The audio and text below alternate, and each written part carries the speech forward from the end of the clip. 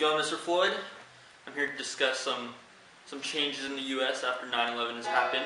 After 9/11, the Department of Homeland Security was created, and the responsibilities that it held were protection from man-made accidents, such as terrorist attacks on U.S. soil.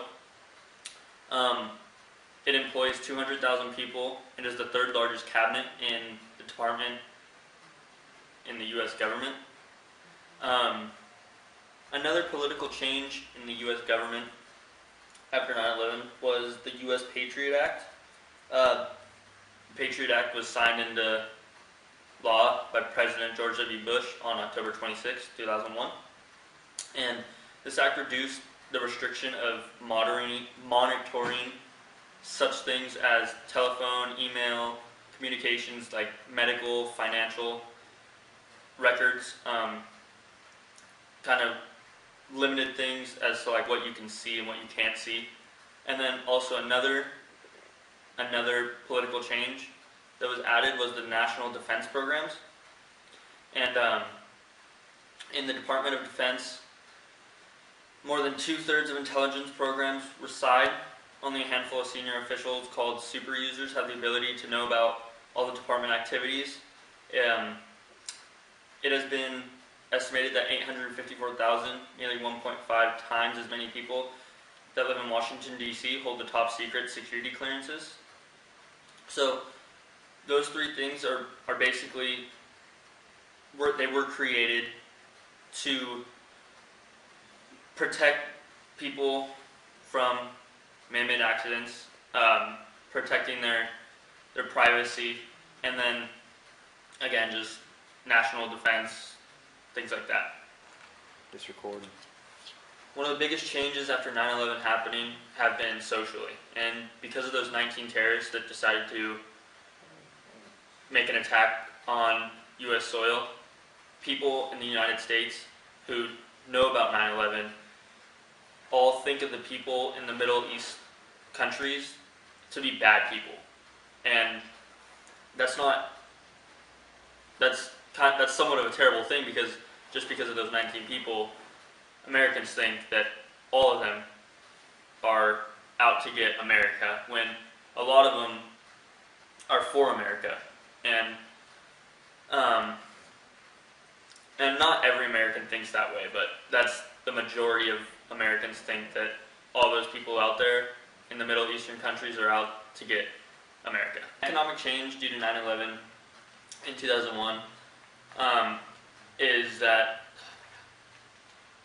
an economic change in 2001 after 9/11 was the recession was extended due to the stock market closure after the attacks. The higher defense programs such as TSA in airports and security and things like that has put the U.S. into more debt. The debt crisis was impacted severely from the declaration of the war on terror. Oil and gas prices increased due to the concerns of demand that outweighed the supply. 9/11 affected the travel industry. So, due to 9/11, oil and gas prices increased due to concerns that demand would outweigh supply. The attacks on 9/11 affected the travel industry, including higher travel costs, again, creation of the TSA, Transportation Security Administration, and then the decrease in tourism. The U.S. in 50 years is obviously going to be very different than it is today, due to the accessibility that is given from technology. The president, government officials, and people like that won't be able to hide as much as they used to.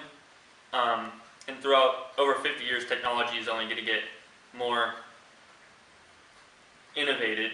So, with the president and people like that not being able to keep secrets as easily, people in the future may have more power and control over regulations and policy due to that.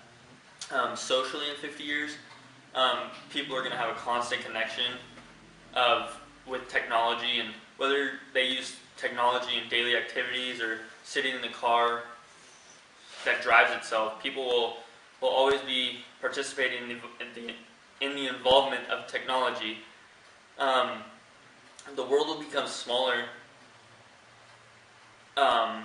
because of the communications that people will always have with each other.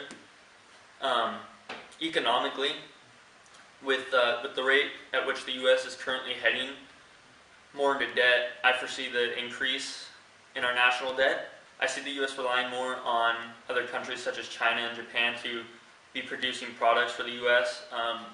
You're going to get some people that really care about what they're buying, and that they won't buy things that are made in China or Japan because they like the fact that it's made in the U.S. And things tend to be made better in the U.S. So people will buy things in China just because of it's much more efficient and affordable. So a summer goal of mine this summer is to get a job and enter the workforce. And by getting a job, I will be contributing to the U.S. economy by putting money back into it, by spending my earned pay. And I'll also start paying taxes, and that will contribute to the state and national budget.